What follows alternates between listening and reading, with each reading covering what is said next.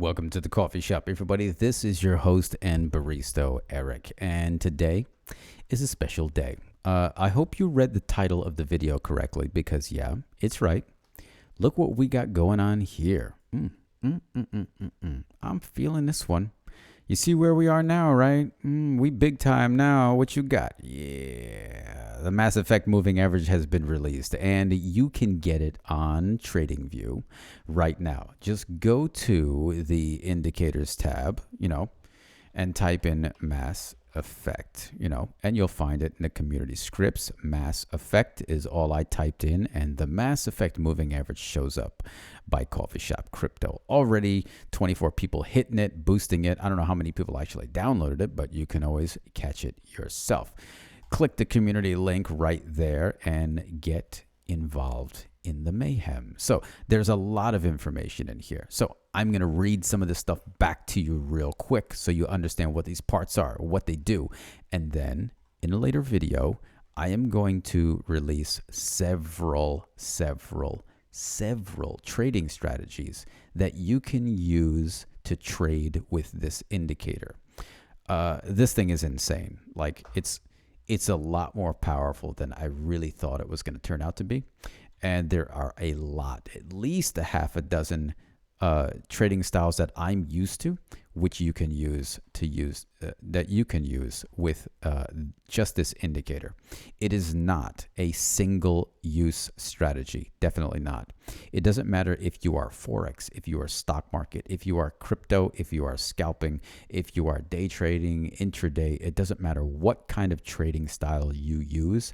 This indicator will allow you to take part in almost any one of its features. Okay, so let's get into it. And as I describe what those features are, you will then see why it is so versatile and why I've been taking such diligent time to release this thing for you guys. I didn't want you to have it, and it's just not worth your time or mine. So let's get into it. You already know how to add it to your chart. Go to indicators, type in the Mass Effect moving average. Okay, I don't feel like typing it right now. So the Mass Effect moving average is on my favorites right here, somewhere in here, and add it to your chart. And the default settings, let me set mine back to default.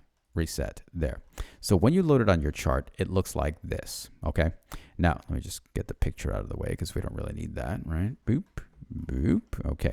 When you load it on your chart, this is what it looks like. I'm going to set it for a 1 minute time frame because you're going to love the very first thing about it. And we can go into the settings and let's take a look at what's under the hood. So first thing that you can see is the time frame. Though this feature at the top allows you to set everything about the Mass Effect moving average. Okay.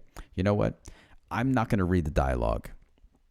Because it's going to take too long. I'm just going to run right down this thing and you will be able to see what I'm talking about. So time frame on the chart, you can set the time frame to either be showing you information from the chart or information from a different time frame, right? So I want to see all of my calculations of my moving averages, of my support and resistance, my VWAP, everything.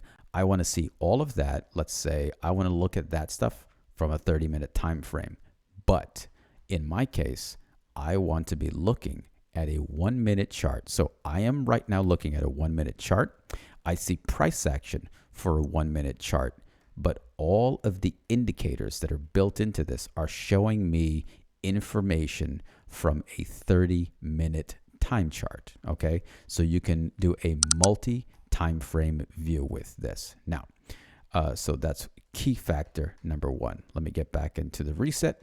And now we're reset, right? So you can also display different sessions. So for example, if you are scalping or trading on a 15-minute time frame and you are looking at Tokyo, right? And you're on a really small time frame. Well, you won't necessarily know that that market session is going to be closing. So this gives you a colored background of when session is going to be closing. So for example, I'm here, right? And you can see that it's recalculating. It's already showing me that the time frame is now. And what happens? Price starts moving on, moving on, moving on, moving on until there. It shows you that session has closed, right? Pause. Session has closed. So if you're trading in Forex or something, then you want to stop trading at this point. You won't be able to enter any trades with your broker because they've shut down. Now, let's move on to the next thing. Those are sessions. You can choose sessions from New York, London, Tokyo, and Sydney, and you can set your times as you choose depending on where you are. Now, support and resistance. Support and resistance, right? Support and resistance in here is dynamic, but you can tell when support and resistance is very solid. So let me turn a couple of things off here. We don't need the EMA. We don't need the fractals. Well, I'll leave the fractals on for now. High is high, high is close, and low is low. I'm also leaving, let's see, the stop loss and the dynamic trend. We'll turn that off. There we go. So now you can see support and resistance, how they are automatically plotting out. Okay, support and resistance for your highs right here. Let me turn off that session. Sorry. Let me shut the sessions off there. Now, it takes a second to recalculate because there's a lot going on. So you can see here that you have a very high high. You have a nice V top that came in. Price starts breaking down, and you know that you can trade to where? You can trade to your previous low. Previous good low. Now, that's not here. This is your current low. This is your previous low. And if you did that, you'd be able to enter a trade from here to the equivalent of here. And that would have been your trade. You would have closed out automatically. Definitely would have been able to get a nice little set of pips in there. 4.11% in one shot. So that's how easy it can be to use this thing now. When you get these pivots and V-tops showing against your highs and your lows. Here's your highs. There's a zone that it's showing you, which you can use to calculate how much of this zone has to be broken through. And you can see that here as an example. I don't want to get into technical analysis and make this take too long. So here's a zone, right? And you can see if this zone extends this way, what does it do? It hits this liquidity area right here. So your price would need to break down through it, show a rejection off of it, and that would be a clear indication that you can go to your previous low. Price finally makes its way down to that level here. And that's how you'll be able to trade off of your liquidity and high-low rejections. So let's get into something else. So that's your look back. You can set your look back to give you support and resistance over the previous 50 periods or 10 or whatever you want to set it for. I'm not going to change it right now. Until I can give you more information about the support and resistance calculation, you might as well leave these as default. The support 0.1 and the resistance is 0.9. Okay, leave those where they are. Now, this comes with 4 exponential moving averages. I figure 4 would be enough for you. Don't want to give you too many things to put on your chart, right? So let me turn them on for this. We'll turn that off. Shut off the fractals here, EMA 1, 2, 3, and 4, right? We'll shut off the highest highs and all the highest lows and the zones. Okay, so you have 4 exponential moving averages. I have it mine set at my default uses. You can set yours for wherever you like, and they just come in very handy. You don't have to use all of them. You can just use a few or 2, whatever you want, okay? And you can see how simple they are. There's really nothing to describe about moving averages. You can see and use them for your other dynamic support and resistance. So back to a 1-minute chart right here. There we go. Now, let's see what's next on the list. Now, they are exponential moving averages, okay? Let's see here. EMAs. Now, I call this one the overall trend because I usually have mine set as a fast, slower, slower, slowest. And this will give you your overall trend. This would be the red one. In this case, it would be a 200 period moving average. Then there's a 100, a 50, and a 20. And again, you can adjust them as you like. If you watch that white line, I'll change it to 10. And you can see it takes a second to recalculate. Line moves, it's closer. Okay. So move it back to 20 for my own settings. Now, The EMA source, now this is EMA 1, 2, 3, 4. You can set them separately for the high, low, close, open, whatever you want, right? EMA 1 is EMA 1, 20 on the close. EMA 2, the close of the last 50, the close of the last 100, and the close of the last 200 periods. Okay, dynamic trend line. Let's turn that on. Over here, dynamic trend. Turn it on. Let me turn off the EMAs so we don't have anything confusing on the screen. Okay, dynamic trend line. Hugs price very close. Okay, let me just give you a piece of the information of this dynamic trend line. The very first visually appealing feature of this trend line is that it's green when it's in an uptrend and red when it's in a downtrend. But you can adjust these colors to be whatever you like them to be. The dynamic trend line is a moving average that is almost self-calculating. It does an almost perfect job to show you the actual direction of the market overall. And when you set it properly, you can eliminate ripsaws in price action, giving you a nice smooth direction. You can set the dynamic trend length to whatever you like. And when you do that, you have to adjust the K constant to half of the length. And the lower you set the K constant, the more volatile the moving average will adhere to price. So, for an example, here is a ripsaw. This is price giving you a ripsaw, okay? Right here. Oh, here's an even better one. So this would be considered a ripsaw. Here, price up, down, right? It's giving you just a whole bunch of just up, down, just jagged, really all over the place, okay? Now, what you do with this dynamic trend is, again, I commonly look for the 50-period moving average to be the strongest moving average for me. So when I get to the dynamic trend, I set mine for 50, right? Because I want to know the actual overall trend. And then I set this for half of that, 25, okay? The K constant should be half of this. Now, you can see that it adjusted on my screen. It's showing me that it's down here now. I'm in an uptrend, an overall uptrend. So this must be a pullback going back to the 50. And if I zoom out, go like this, here we go, and there you go, right? So overall, you see that it is in an upward move, right? Now, you can set this dynamic closer to your price if you want to get closer to scalping strategies. So my overall length is 50. Do not set this for more than half of the length. So if I drop this down to like 9, let's say, and watch what it does, okay? So it's trying to get closer to price. And we can zoom out further, and I can set it even lower. And this is if you want to just get more sensitive with it, okay? So I'll set this now for a 20 period. If I ever wanted to trade off of that, I'll set this down to I can set it down to a 10. I'll move it down to a 5, okay? And as you see, the smaller the average you set it for, the closer it gets to price. But again, look at what it's doing. It's doing a really, really good job of keeping you out of these ripsaws that take place. Here's price moving up, down, right? It's doing all of this. This is what your price is doing.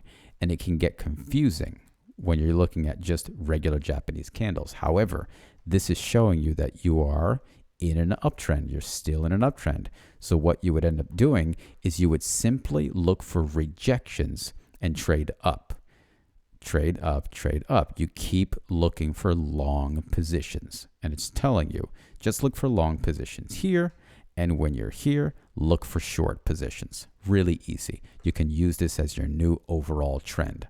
Let's get back under the hood. EMA source, dynamic trend line. And now we are at the Mass Effect stop loss. Yes, this is not a ATR line. It is a stop loss line. Okay. So we'll set off the dynamic trend. The stop loss line does something very particular for you. It gives you a stop loss. Yep, just like that, just that easy. Okay. Your stop loss, again, I work off of a 50, so I want to know about the stop loss. The phase, you can set it for 50. You can set it for, 2/3 of the length. You can set it for here. You can even set it for 38, right? Now, if I do this, wait for it to calculate, it's doing its thing, and we're good. Now, you can see what happens here. It changes color when enough volume starts closing below price, and price starts closing below a certain level.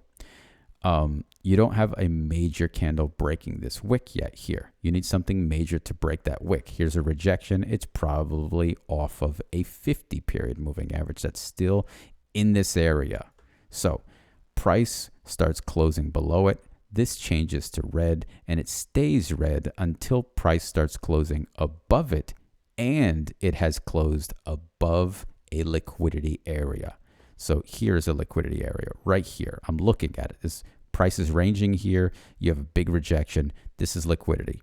And it's not until price begins to open above that level right here that you can see this moving average changes to green. So it says, hey, you're in a long position somewhere in this space.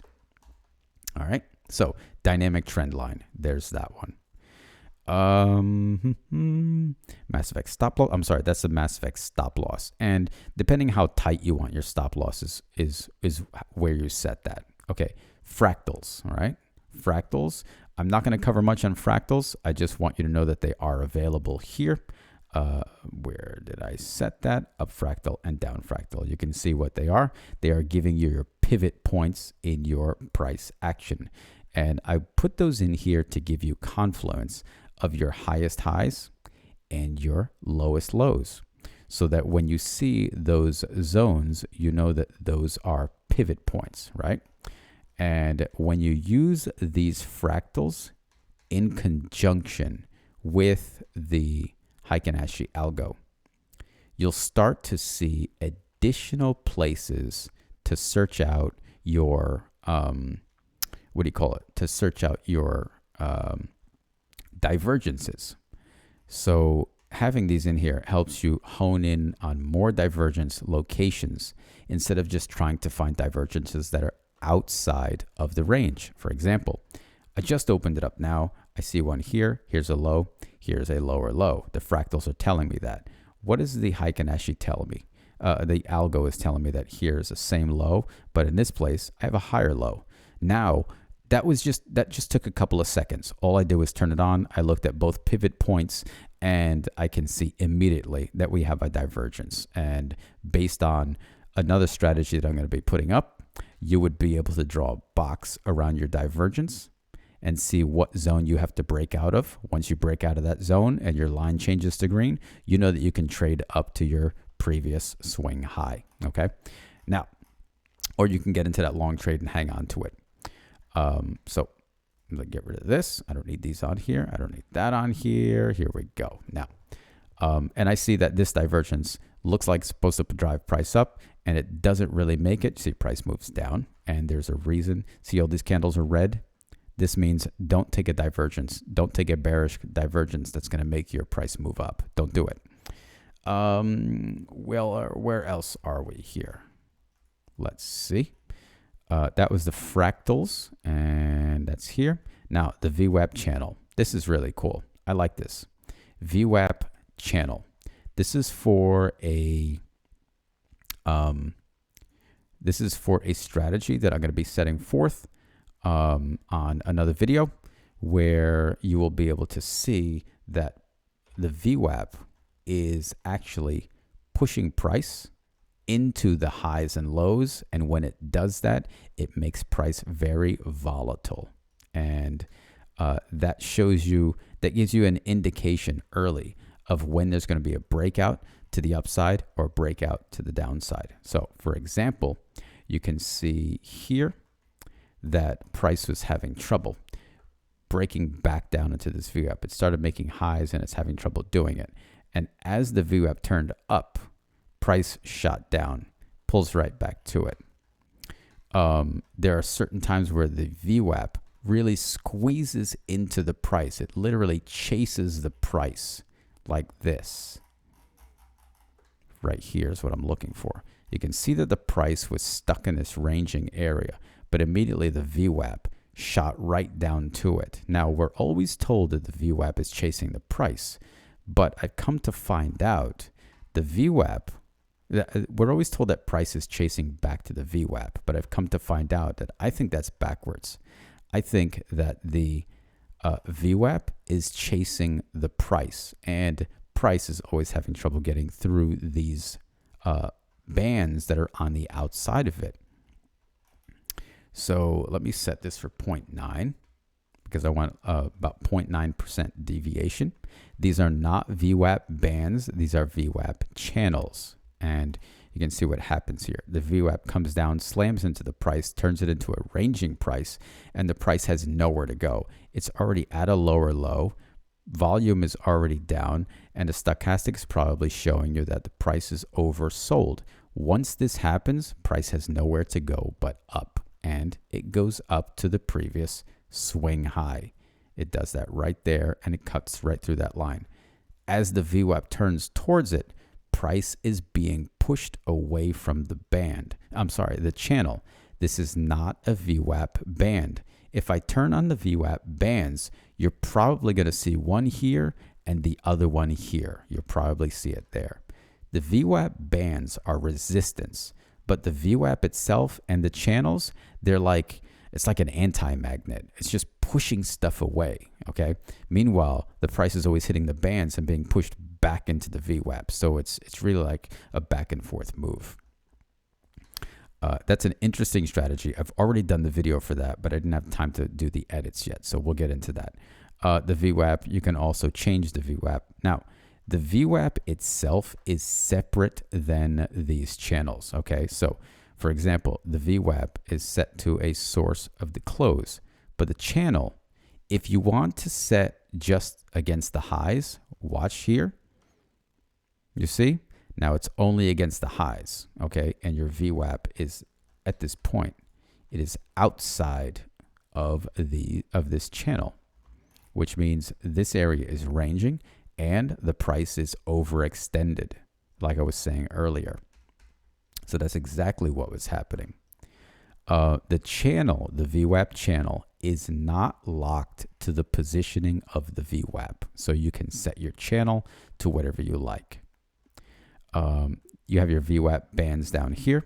You have your VWAP settings, which you already know how to use. And then you turn on and off your sessions. Your dynamic trend is already here. Stop loss. Your bar color. This is a key thing here. Let me shut off the VWAP so you can see what's happening here. Up fractal, down fractal, high, low, VWAP, upper channel, and lower channel. Okay, now bar color. This is really cool. This is really going to help you out a lot because sometimes you want to know, hey, it's an uptrend. It looks like it's working. I want to know if I should be able to get in or not. Well, I don't need the void for this part. Turn that off. I really just want you to see two things here.